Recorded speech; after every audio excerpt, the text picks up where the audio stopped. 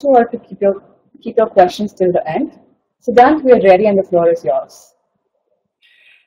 Okay. Uh, Thanks, Rachita. First of all, I just want to thank USIEF and Education USA. They've been super helpful last year to me when I was applying, and I'm happy that I get the opportunity to give back and hopefully help you guys out with some of my experiences. The key idea is for me to sort of share what I've done, the things that I wish I had done, and also some of the things that sort of I did and worked for me that helped me sort of get a couple of internships in the US.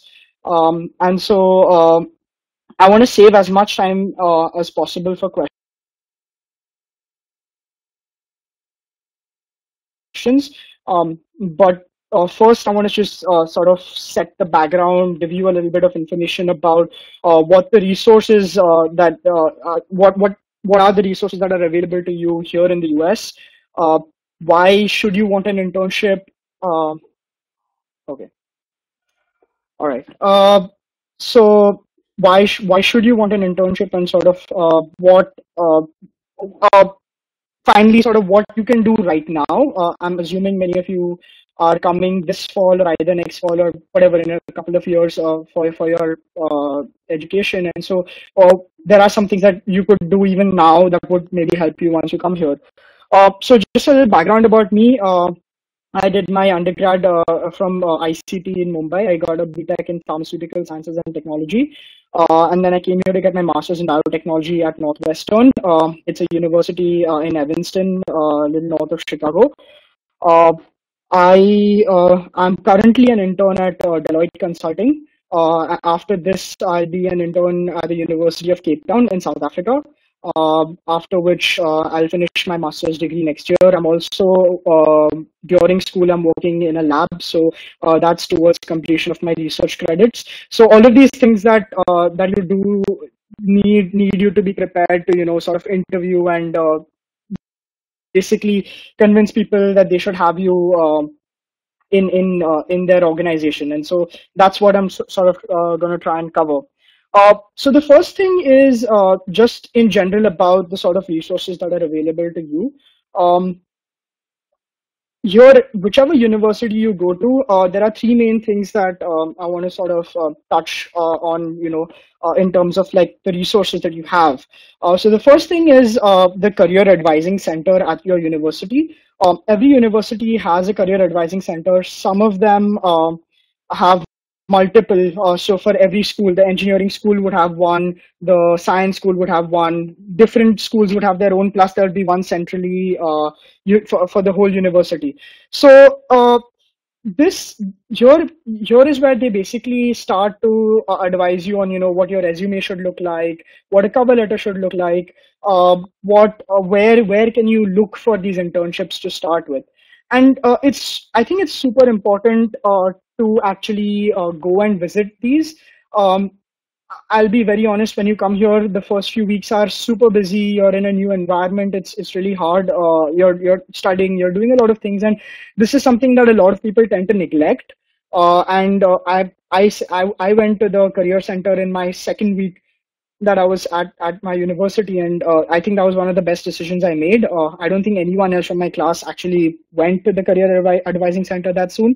But what it does is it sort of helps you cut out your work and helps you figure out what you need to do and plan ahead to sort of be successful at getting that internship. Um, the so Word of advice out here is that there could be many people you can talk to.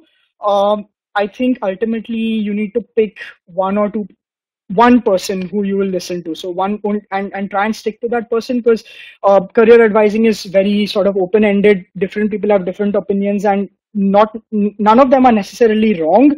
Some of them are good for you and some of them are not, and it's really your decision to sort of pick and choose what is best for you. So it's easier if you sort of stick with one person so that you get consistent feedback, as opposed to asking too many people can just make you do too many things that you don't need to do.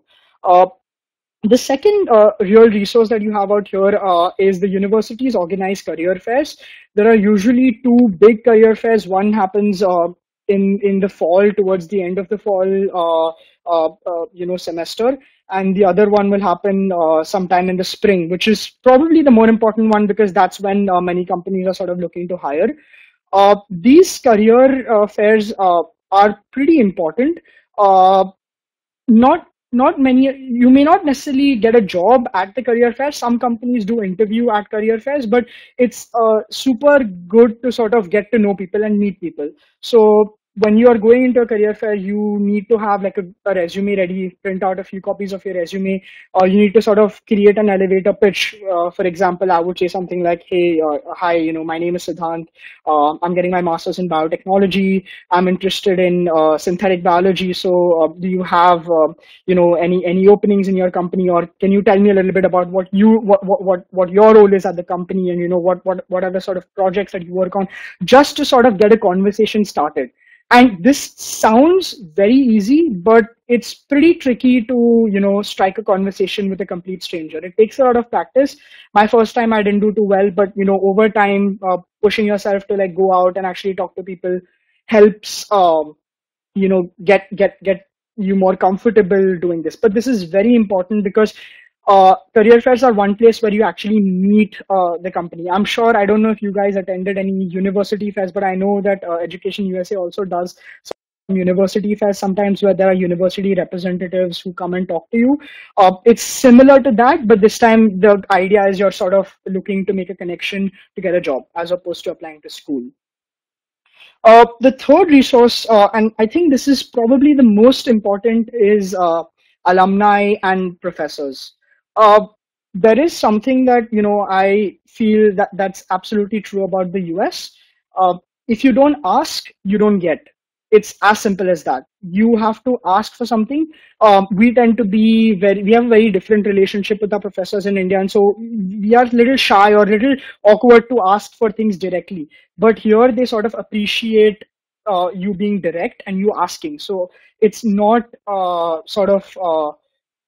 it's not unheard of to go up to your professor and say, hey, I'm looking for a job. Can you help me? Can you help me get some resources to sort of find one? Alumni are also super helpful because they've been through the things that you are going through, and so they are more likely to help you because they've already experienced it once, and they obviously don't want to be in that situation again. So they help you to sort of get through and finally start sort of getting an internship. And the reason I'm mentioning all of these things is that there are a lot of jobs out there.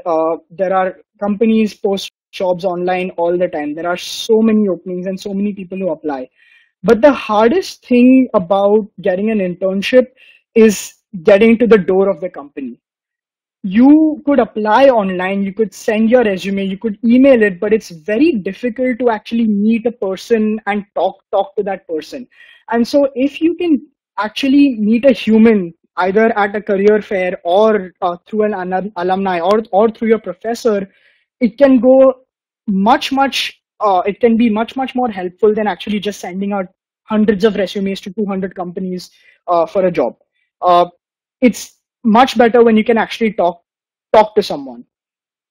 And so with that in mind, one of the things that I did that helped me, and that doesn't come very intuitively, is something that I'd like something that's called informational interviews.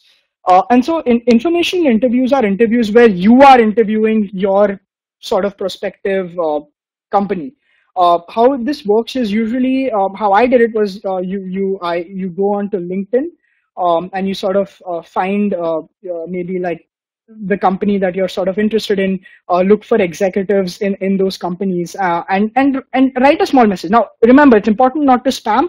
You just write a small message to them saying, hey, I'm a student, this is what I'm studying, and I'm interested in your company. I'm interested to know sort of what you're doing. For example, say I'm working at Deloitte, and the entry-level position at Deloitte is a business technology analyst. So maybe I can search very quickly on LinkedIn to find like business technology analysts at Deloitte and sort of just write to them and say, hey, I just want to know a little bit more about what you do.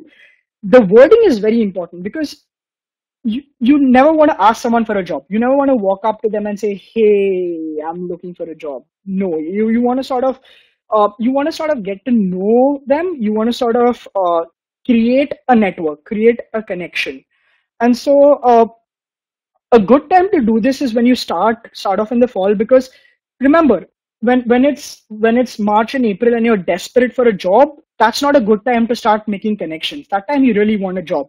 And so when you want nothing, when you just reached the US, you really are not looking for a job, and for the next year at least, because you'll finish your first year and then is when you'll actually look for an internship.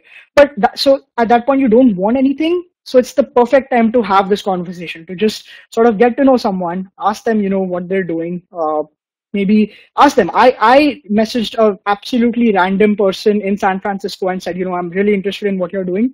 She was a principal engineer, which is sort of like the highest level of engineer. I just said, I just want to know more about your career and what you did and how you got to where you are. And she was more than happy to set up a call with me, talk to me for about 20 minutes, and just give me a little bit information. And what that did was, it didn't give me a job, but it gave me a connection. Now, if I write to that lady 6-8 months later, after keeping in touch with her, saying, "Hey, I'm looking for a job," she may not give me a job, but she knows me enough to maybe say, "Hey, I can help you if you send me a resume. I can sort of look out for something for you." So this is something that I think is super important, that people don't do as much and should do a lot more. Um, the last thing that I want to talk about before we sort of open up for some questions is what can you sort of do before you actually come to the US? And so there are sort of two things that I think are absolutely critical. The first is, and this sort of happens anyway since you're applying to universities, but to have an updated resume. I'm not saying a resume ready to send out to companies for a job. I'm saying an updated resume that has everything that you've done or everything that's important. Uh, how I did it was, I made a couple. I made one that was 2 pages long that had everything that I did, and then I did one more that was just what I thought was important. Then I went to the career counselor and said, "Hey, this is what I have. Do you think there's anything in my more detailed resume that you want to have in the other resume, or do you think I've covered everything that is important?" So this is something that can help get this whole process moving much faster. The second thing is to update your LinkedIn profile. I, for a very long time, didn't believe in LinkedIn. I thought it was a waste of time, but it's been really helpful for me. It's helped me meet a lot of people. It's helped me sort of create some connections that hopefully sometime in the future will help me, get a job. Your first job is sort of your stepping stone to your next job. So you have to work really hard to sort of get that first job. And so that's what this whole session is for. Finally, the only thing that I want to mention is before I mean I'm before we go into questions, why do you want an internship? So it's a silly question, because like everybody wants an internship. It's a good thing to get. You get paid for it. It's worth it. But an internship also sort of helps you decide whether you are a fit for the company, and also for the company to decide whether they like you. So it works both ways. B is, it gives you some experience to sort of then apply to something else. Say you don't like it, you have something on your resume to say, okay, now I'm looking for something else. I did this, I didn't like it. But see, your visa, most of you will come here on an F1 visa. It allows you to do between 1 and 3 years of work after you sort of graduate. And so if you want to make use of that, it's very difficult to directly apply to a job without an internship. I'm not saying it's impossible, but it's difficult. And so if you have an internship in the bag, the whole process becomes a lot easier, because most internships convert to jobs. And so the whole process gets a lot easier. Before we go into questions, I see we have about 47 people who have joined. I have a small request. It would be very helpful if I get at least one question from everyone. The reason is, something that's highly encouraged in the US is to ask questions, and not many people do it. No question is really stupid, and so ask questions. Ask me anything about me, about getting an internship, about anything else that you feel you want to know from me. And but it would be great if everyone can ask at least one question. So I think how we're doing it is probably you guys can type in your questions in the chat box, and then I think Rachita will pull them up so that I can see them, and then I'll try and answer them.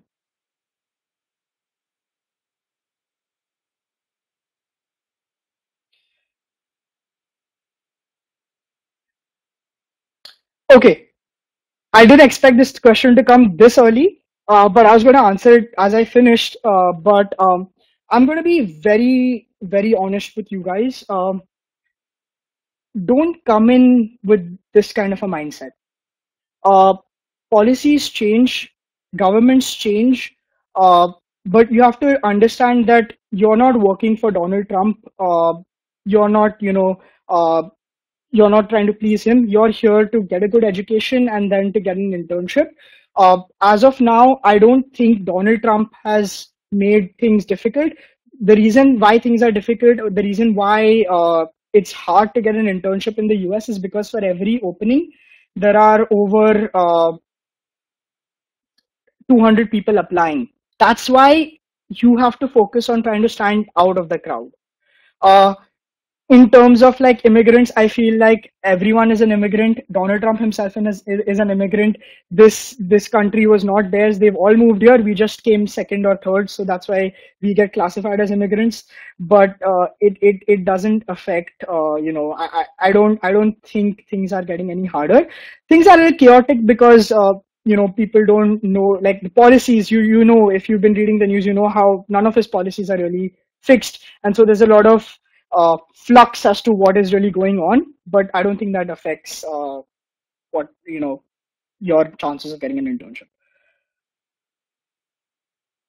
So I'm a fresher. The only trade-off to being a fresher is you don't have any other jobs. You sort of have to work harder, but it does not make that much of a difference. You'll just start off at an entry-level job, as opposed to someone who has experience will start off at a more experienced position. But it doesn't make a difference according to me.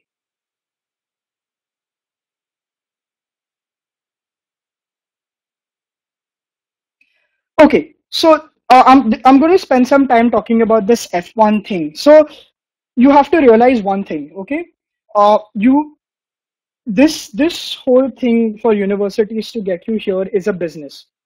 They want you to come and study here, and so they make you aware of all the rights that you have. They tell you about your F1 visa. They tell you, what it means. They tell you your OPT, CPT, blah blah blah. You know what the biggest problem in the US is? You are aware, the university is aware, but companies are not aware. And so I attended a session at Northwestern, and I actually asked the international office and said, you're telling me about all of this, but I know this. I've read this on the website. But when I write to companies, many companies, when you apply to them on their website, they will have this thing. You'll fill out your name, your resume, you'll do all of that, and then you'll come to the screen. They'll ask you, do you require sponsorship to work in the US? So if this is the question, you can say no, because when you get an F1 visa, your university is sponsoring your visa and your work for 1 to 3 years, depending. If you are a STEM major, then you have 3 years of 2 years plus 1 of OPT. If not, you have 1 year. But your university is sponsoring, so you don't. But most of the times, this question is phrased this way. The question says, will you now or in the future require sponsorship to work in the US? And there you have to answer yes. There have been some companies that have applied to where the minute I say yes, my application says, thank you so much for applying, but you do not qualify for this job. Good luck. It's happened to me. But the same companies, when I've actually done this whole networking thing, reached out to someone inside the company and talked to them, they have still been able to offer internships. So the truth is, these things are online, which is I stressed on networking and talking to humans, because computer systems are set up straight away. The minute you hit yes on that field, it's possible that they'll just delete your application or throw you out of the pool. But if you actually talk to a human and you actually talk to someone who's at the company, they can figure out a way of making it work, because you're not illegally working there. First of all, you're completely authorized to work there. So uh, it I don't I mean I would still stick to my point and say that if you are capable, companies will hire you, and I don't think there's sort of like a bias against someone who has a green card or someone who's a citizen. I mean, I get it's easier for them because they don't need any work permit, but okay. There's no answer to how soon. I started as soon as I got here. I started preparing. I think I made my first internship application in mid-September, mid to end September. So there's really no how soon. In general, consulting companies hire earlier, so they typically finish hiring their interns by December.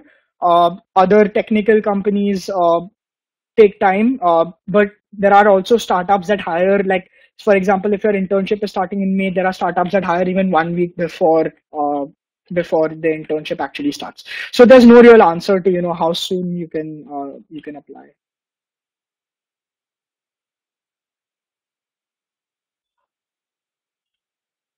Okay, so do's and don'ts for a resume. I mean, I can sort of try and okay, I can maybe I can try and walk you through my resume, but in general, the do's and don'ts are uh, don't include anything that's not necessary, or don't include things just for the heck of including them.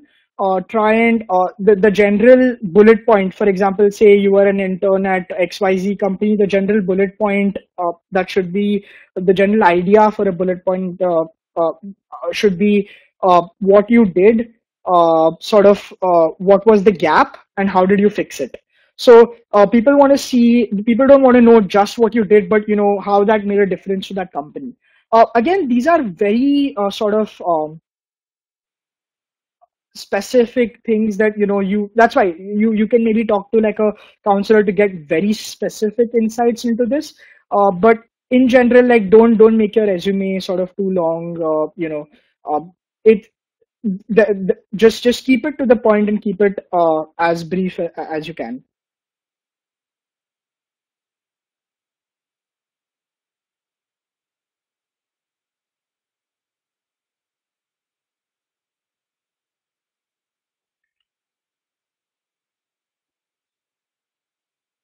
See, this question again is a very it's a very interesting question. Uh, do they uh, does it help? Yes, it does. But not having it, will it affect anything? No. I mean, it doesn't matter. People sort of know that remember one thing. First of all, when you're working for any company, you may have a patent or like a research paper in a particular field. It's rare that you will ever work in the same field for that company. So the companies really want to see that, hey, you've done research before or you've done something before to say that you're able to work in a lab or you're able to work in an environment, and that's what they want to know. You can justify this in many ways. One way is to say that, hey, I have a research paper published, but the other way is saying that, hey, I've actually worked in a lab for 3-4 years and done research. Doing research is more than enough. Of course, if you're going specifically, if you're looking for to apply to a lab, or like if you're looking to apply to MIT, Harvard, what matters is how you stand compared to your applicant pool. So I spoke to someone at Genentech. Genentech is a top biotech company in the Bay Area, and they have this really cool program called the process development rotation program. And I asked them, what do you look for? And they said that in general, like, having research papers and all helps, but really it doesn't add it, like, it doesn't make you different. It just helps you get to the door. Like it just helps you get an interview. After that, you have to prove yourself. So it's helpful, but not necessary.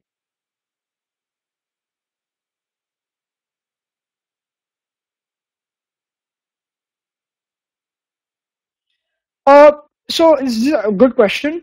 Uh, technically, it depends on the company.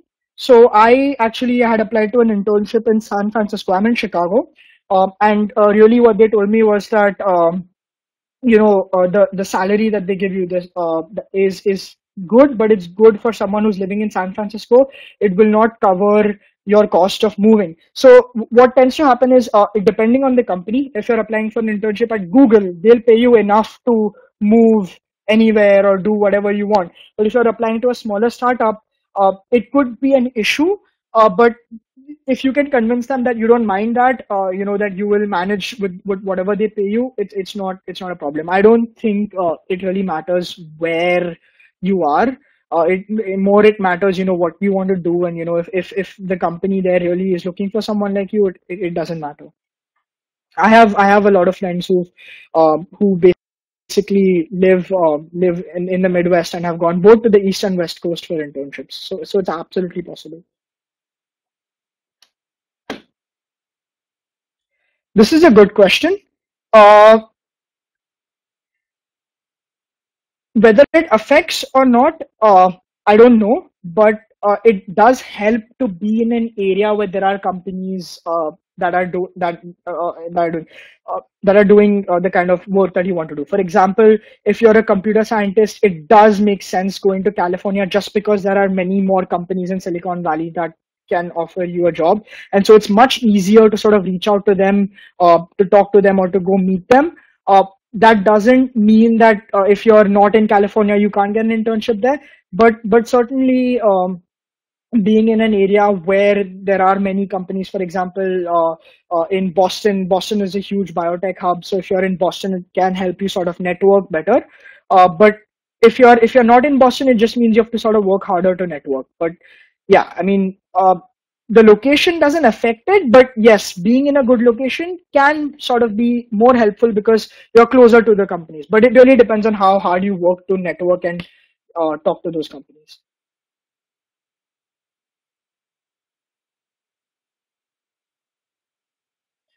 Uh, I mean, I didn't really. So maybe I can talk here. I wanted to save this for the end of the webinar, but I wanted to talk about sort of building your brand. So when you're sort of trying to apply to a company, what companies are really looking for is people who are motivated to do something, but also people who stand out. So consulting interviews are a little different. You have to prepare for case interviews. Fortunately, Deloitte is pretty good about it. They have a lot of case interviews on their website, so I use that to prepare. But basically, I revamped my resume completely. I changed how it looks. And even in my interview, they told me that we've never seen a resume like this, and it's a very different resume. So good job with that. I built a website for myself because it's easy to write things on your resume, but when you can actually show someone, what you've done, or make it a little more visual, uh, it adds a lot more value to what you're doing. So those are a few things that I did sort of outside the box. Yes, consulting companies hire international students for jobs. In fact, one of my seniors from my program, she's from Brazil. She's an international student, and she's now going to start as a full time at Deloitte. And they've also sponsored her H-1B, and it's absolutely possible.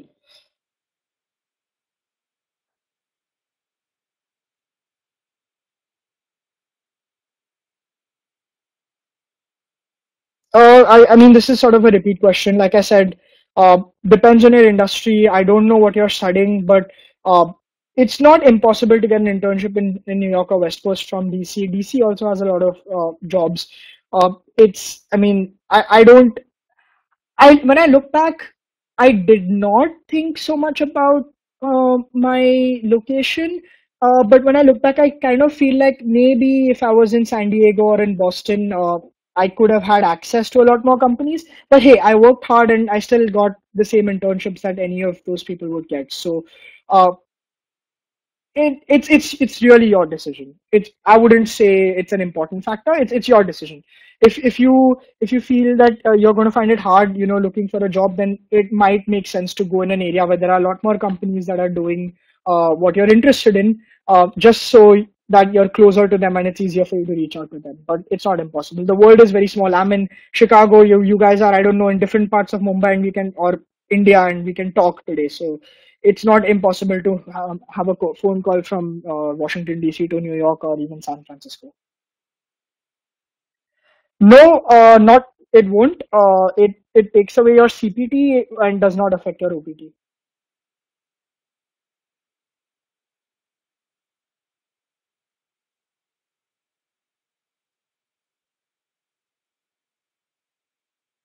Okay, this is a great question because I connect with this question. Like I said, when I started out, my bachelor's was in pharmaceutical sciences and technology, and I'm majoring in biotechnology. Never taken a bio class, very very basic bio classes.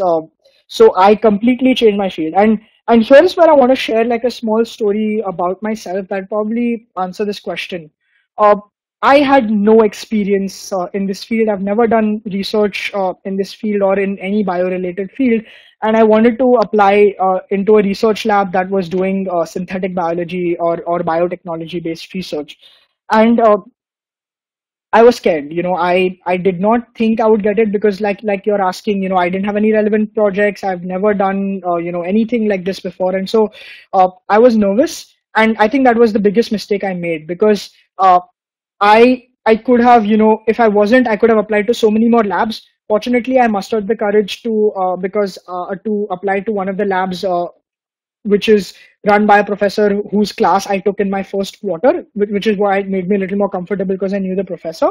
And he offered me a position in that lab over other people who had biotech backgrounds, because he felt that I came in with a different perspective that sort of helped add fresh perspective to the lab and helped achieve an objective.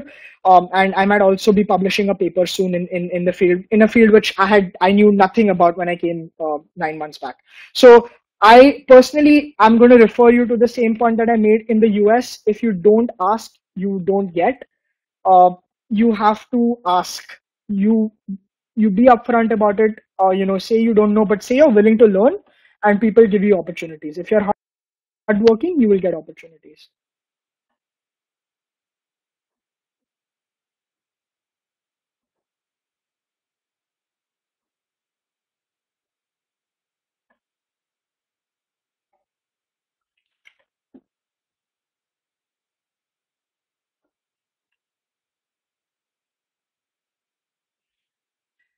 I mean, I don't think there are any complications with your CPT.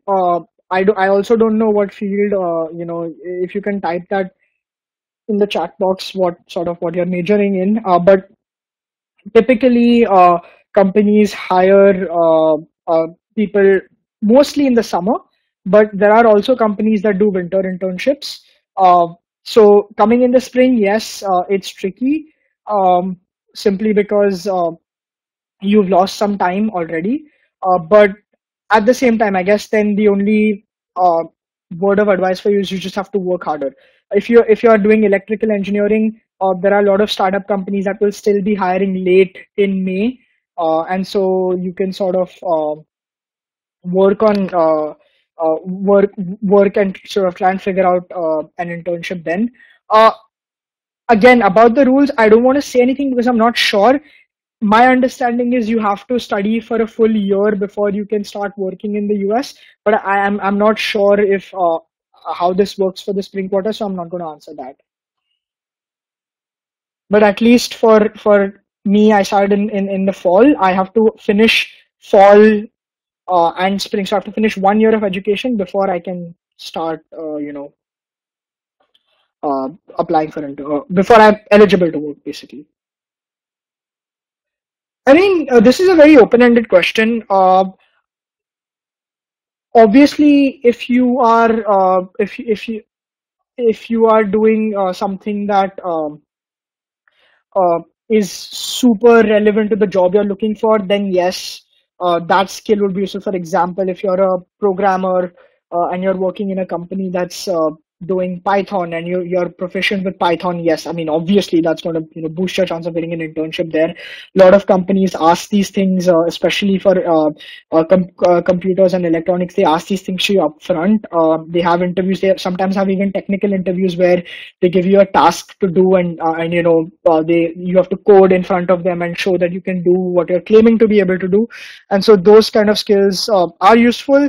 I mean, in general, the general skills that are useful are, the ability to be able to communicate well, uh, ability to speak confidently. These things are super helpful, I guess.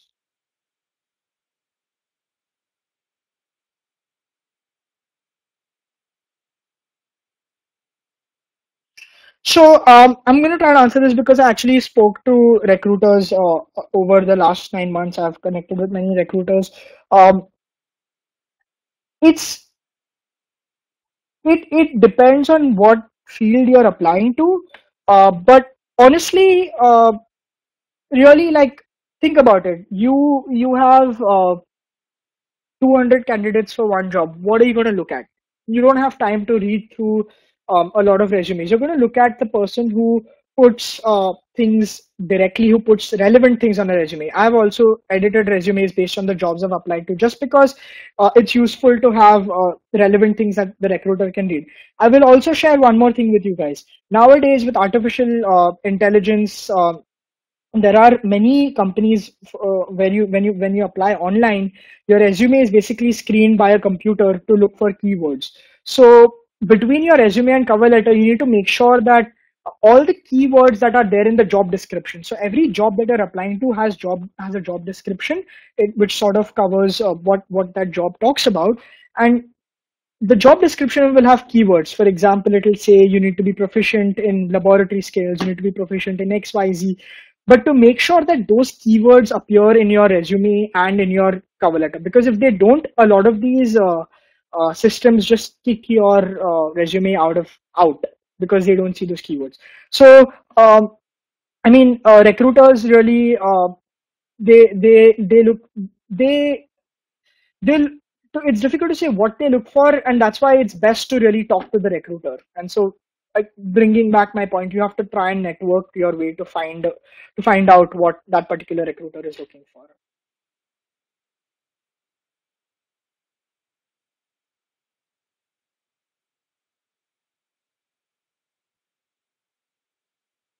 I mean, I don't understand what that means. I mean, if you don't have experience, how can you show experience? I mean, from what I understand, I guess what you're trying to say is that you've never worked at a company before, or or you've never uh, had an internship before. I guess I would say it's nice to have something.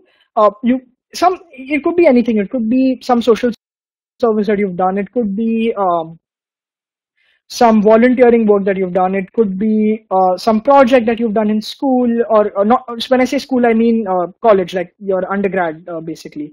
But I mean, uh, there's no. I mean, there's you have to be honest to yourself and show what you have. Don't try to. People can read through, lies. These people look at thousands of resumes over their career, and so they know how to differentiate lies from the truth. So if you think that you can say a lot of things that you've not done, it's not going to help you. Another very cool thing that some of my friends have done, which I've also tried to experiment doing, is on your resume, people do like sort of bar plots to show how proficient they are in a particular skill. It's a very cool visual way of saying, how much you know a particular thing. For example, if you talk about three coding languages, you can, if you're best at C++, then that has the highest bar plot. Then if you're okay at Python, that is lower. And if you know very little SQL, then that's like a very small plot. But like, these are things that you can do to sort of show your experience in a more visual way, I guess. I don't know if that helps.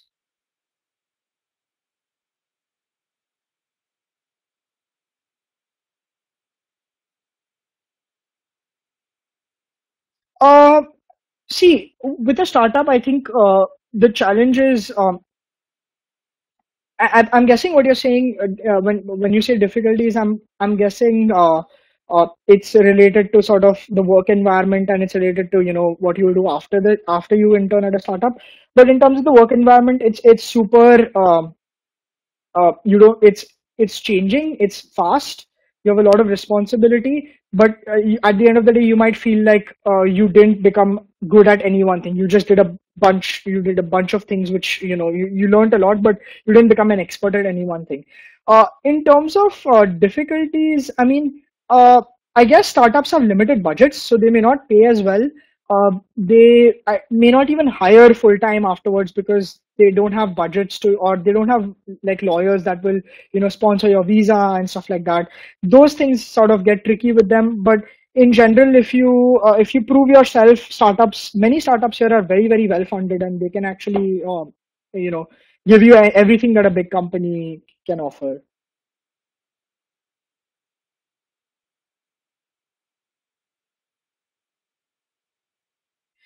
uh, so with for me it was a little uh, different. I I applied to only positions that I was interested in. Usually, when you go to a company's website, they will sort of segregate things. They will sort of tell you which department you're going to be working in, and I'm not sure. Can you guys hear me?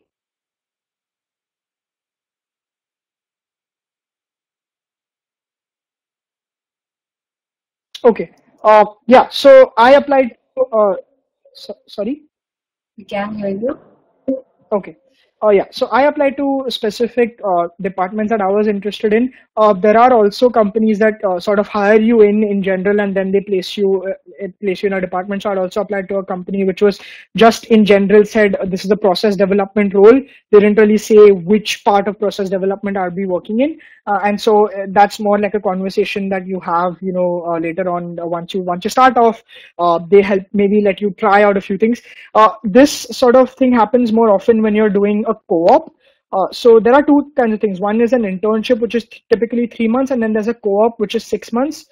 I don't know. Not many programs allow co-ops. My program does allow co-ops, co-ops. So when you're doing a co-op, typically since it's 6 months, they kind of let you sort of pick a department. But in general, usually you're applying to a position that you are interested in.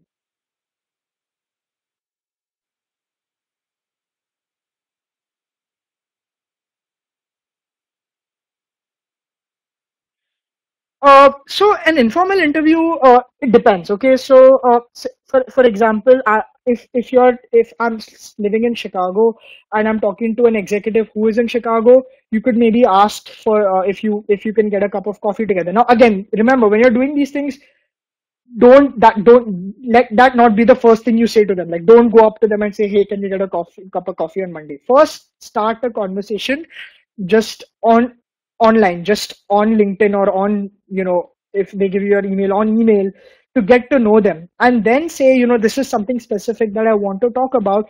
Can you meet me? Can we get coffee sometime? And then you can meet them for coffee, and if they agree. But how I did it was, since I spoke to people who are not in Chicago, I just said, hey, I would like to talk to you. Would it be possible to set up a time to call? And if usually they say yes, and they give you their number, and then they give you a time, and you just basically call them.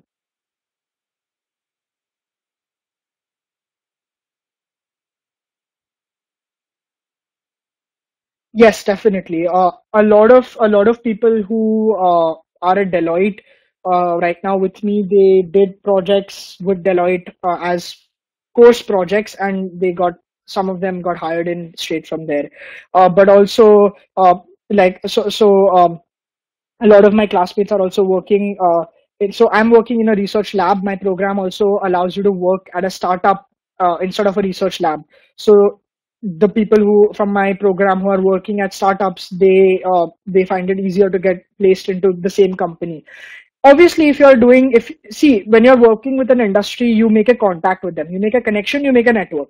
So when you do that and you prove that you're good, things obviously get easier, because now they trust you, they know you, and so they'll give you an opportunity more easily. Yeah.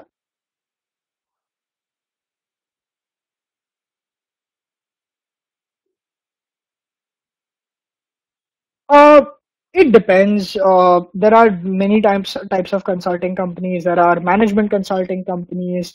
There are general financial consulting companies. What I am doing is technology consulting. So what I'm doing is pretty interesting because we actually work with consultants in India.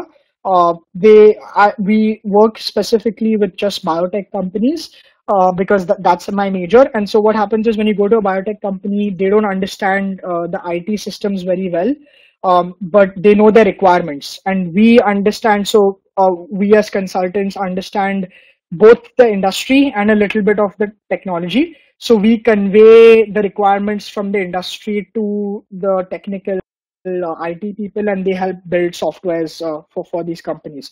So it depends. So that's what technology consulting is. Management consulting and is a little different. They in management consulting, you sort of go into a company that's having a problem where, say, their profits are not going up, so they're trying to figure out what they can change to improve their profits. So you sort of work with them to understand where the problem is, and then you fix it. Financial consulting is again different, where you help the company, plan their tax strategy, plan their finances to make sure they save maximum money, they invest it right to make their money grow.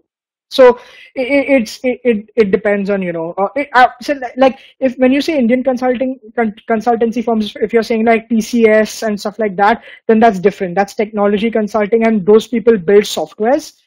This is not that. This is a little different.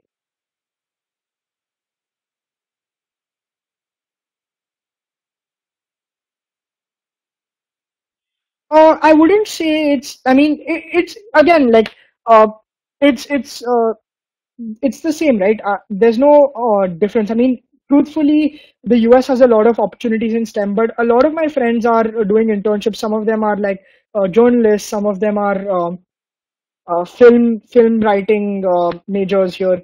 So it's the same thing. I mean, you have to find internships in your field. Uh, I don't know if I'm the best person to say how easy or difficult it is, but I would say both are equally difficult. The challenge is different.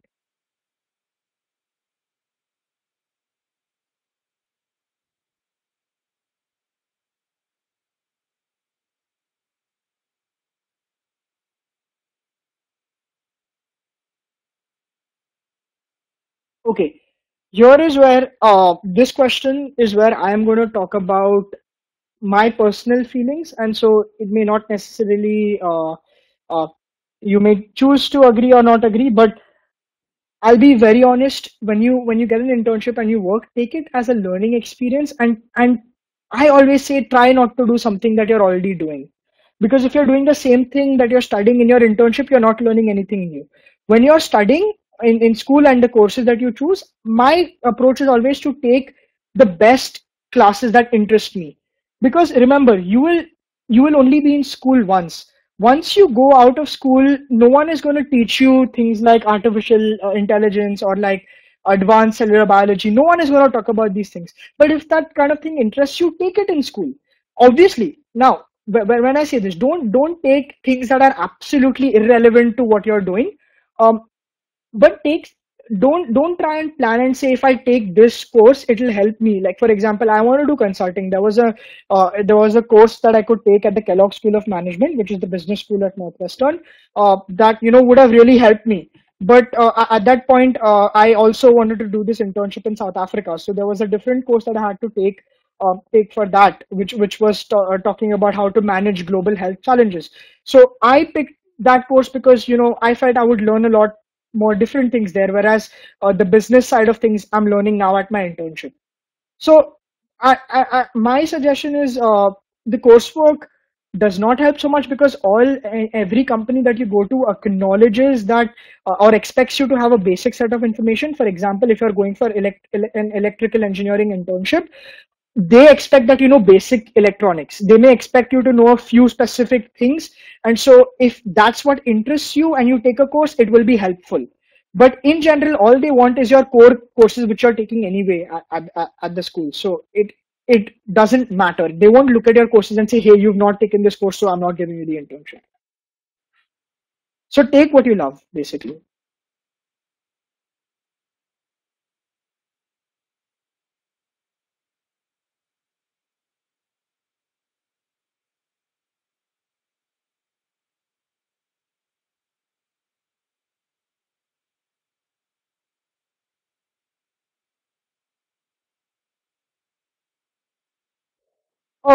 I mean, chances are if you're applying from a particular course, the employer will know what the course contains. And so my thing is, the way I did it was I didn't have any experience abroad out here apart from just the fact that I'm studying at Northwestern.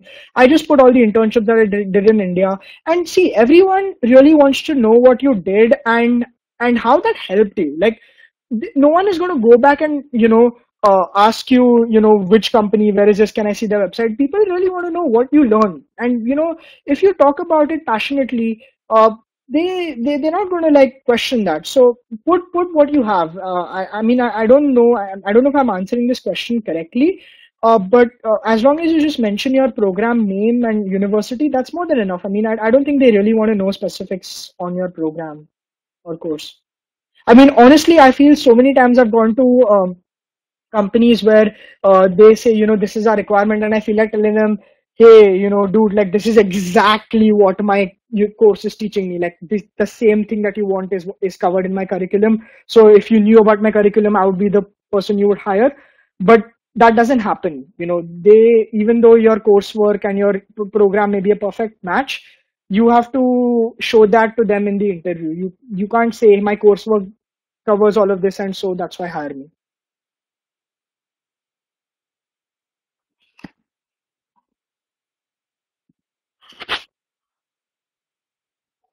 Okay, that's a great question. So, in the US, one thing that's like super different from India, and I guess I mean, if any of you have worked in multinational companies in India, they also have the same culture, but things are very open and direct. My boss, maybe three times my age, but I still call him by his first name. Uh, people appreciate you coming up and asking questions. Um, you're highly encouraged to do that.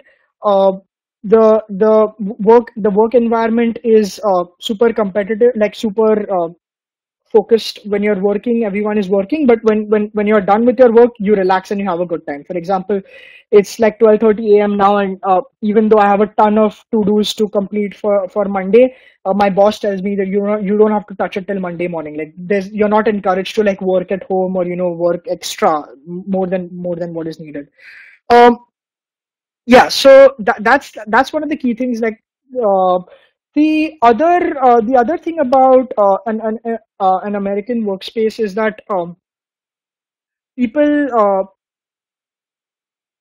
you have to be able to sort of talk and connect with people. So you will find that a lot of people organize these sessions for networking and chatting just to get to know what you're doing. Especially in a field like consulting, you have to network your way into getting onto different projects. So I guess I mean, I don't know if I'm again answering this fully, but uh, it is a much more open sort of environment where you're encouraged to ask questions, and you're encouraged to own what you're doing. You're given responsibility, and you're encouraged to do it. uh, Nobody will hold your hand. Everyone will be very helpful, but nobody will ever hold your hand and walk you through what you need to do. They will give you stuff that you need to do, and you have to sort of do things on your own, but they'll help you through it. If you have questions, you ask them.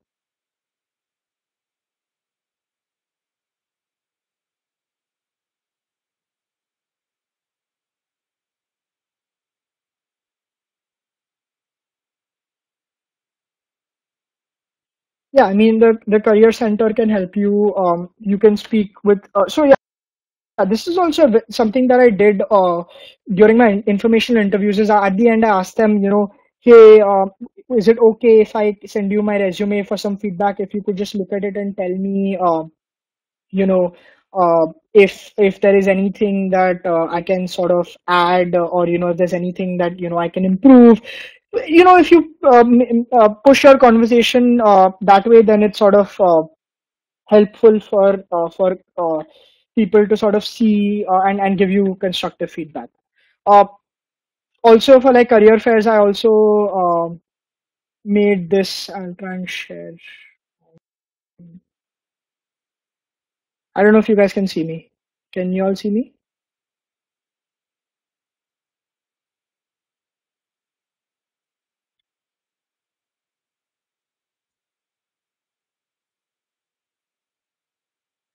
yeah, so I kind of made like a business card. Again, this my university basically made for me, but it's just like a quick way to sort of talk to people. When you talk to them, just say, this is my business card. You can get in touch with me if you need something. So it's super helpful because you meet so many people. You want to keep in touch, and chances are when you give them your business card, they give you theirs, and you have a connection. Then you can. And one thing, always follow up. Whenever you meet with anyone, follow up.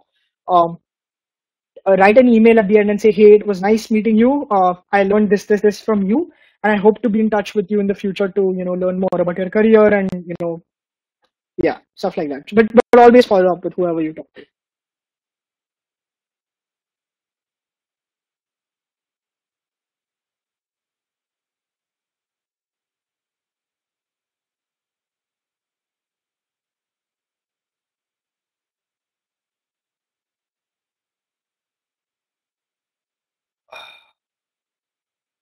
So this is a great question. This is a conversation that you need to have with your professor or the PI or the principal investigator in your lab, because so I had applied to a couple of labs.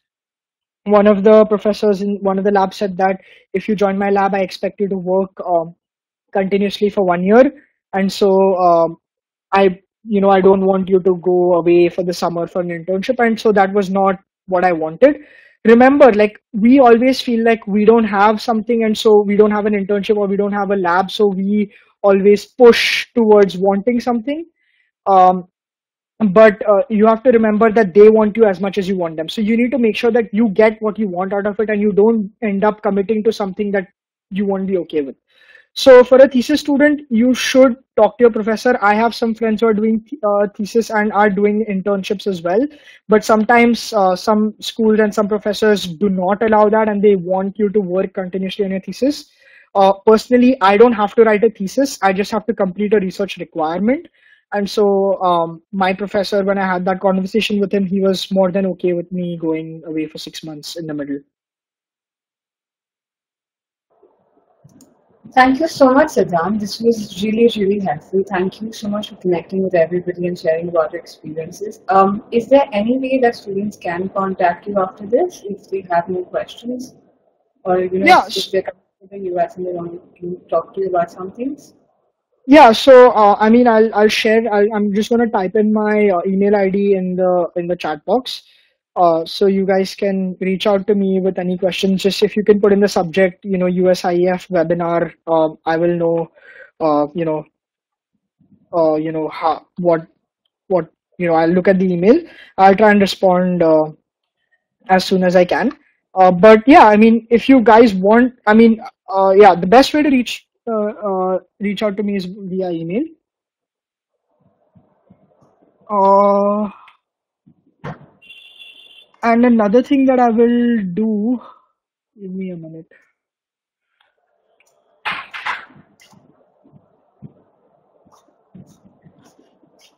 So since a lot of you guys wanted to sort of look at my resume, I'm just sharing my website, and then you guys can find my resume out there. And uh,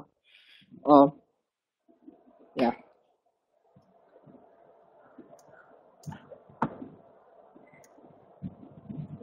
Okay, this is really, really great. Thank you for taking your time, Siddhant. Thank you everybody for joining our session. Please stay in touch and log on to the Education USA website to know more. Thank you. Yep, sure. I hope this was helpful to you guys, and all the best. Do get in touch if you have any other questions.